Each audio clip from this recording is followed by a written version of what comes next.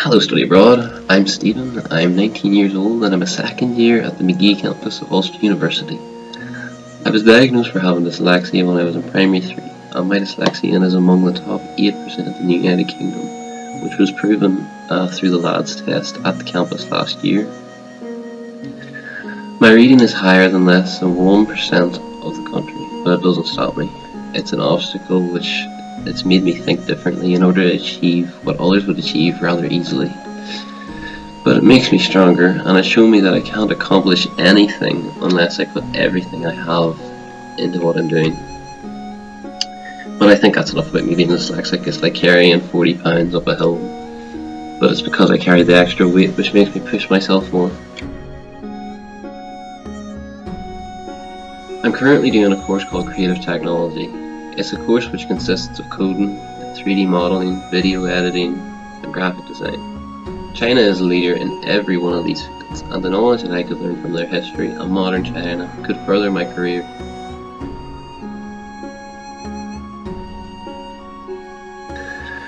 The reason why I want to travel on this incredible trip isn't simply because I seen the email and thought, free holiday. It's actually because I've been interested with Asian cultures as a whole, not just China. I wouldn't say that I'm an expert. I've researched the Silk Road and the art of war, and I find Chinese culture to be one of the most beautiful, from their festivals to their dynasties, and even their architecture is beyond beautiful.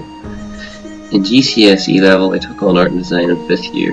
I chose architecture as my topic as I admire the fine details that architectures of history would put into their buildings. China has one of the most creative and eccentric countries in the world. Every year, Harbin, China hosts an international snow and ice sculpture festival, and people come from all over the world to create a city out of ice. This picture down here, I'm going to display it, is one of the most beautiful I've seen. But that's modern China, and what's more beautiful than modern China is their history. The Great Wall of China. It was created to keep the Huns in the Qin and Han dynasties and the Turks in the Sai dynasty. Sorry if I'm saying that wrong. But people died for this cause to build this wall, and it's a burial ground for a lot, and it proves the test of time that they put their life and soul into this work. The people of China are also some of the toughest in the world to give us, showing time and time again that they aren't afraid to stand up for what they believe in. One of the most touching is the 4th of June incident in the Tiananmen Square, 1989, where the people of China protested for democracy, but in turn led to bloodshed. But the people stood for what they believed in and persevered. Tiananmen Square is one of China's modern marvels in politics. The Forbidden City, however, is one of history's marvels in politics. It's something I've always wanted to see since I was a child. It's preserved the test of time. It's a wonder that's almost 600 years old. This is a city of culture, history, and symbolic meaning. The city's history has even been shown in many films, with it being almost impossible to siege unless you have heavily outnumbered the Chinese Empire.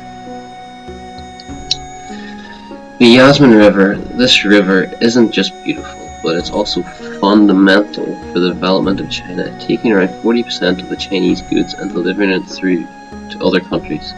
The vast river also connects the most of China together. I would also like to mention that I'm a chef. I primarily work on pizzas, but I absolutely love food. And I always wanted to try proper Chinese authentic food, not just the stereotype Chinese food takeaway.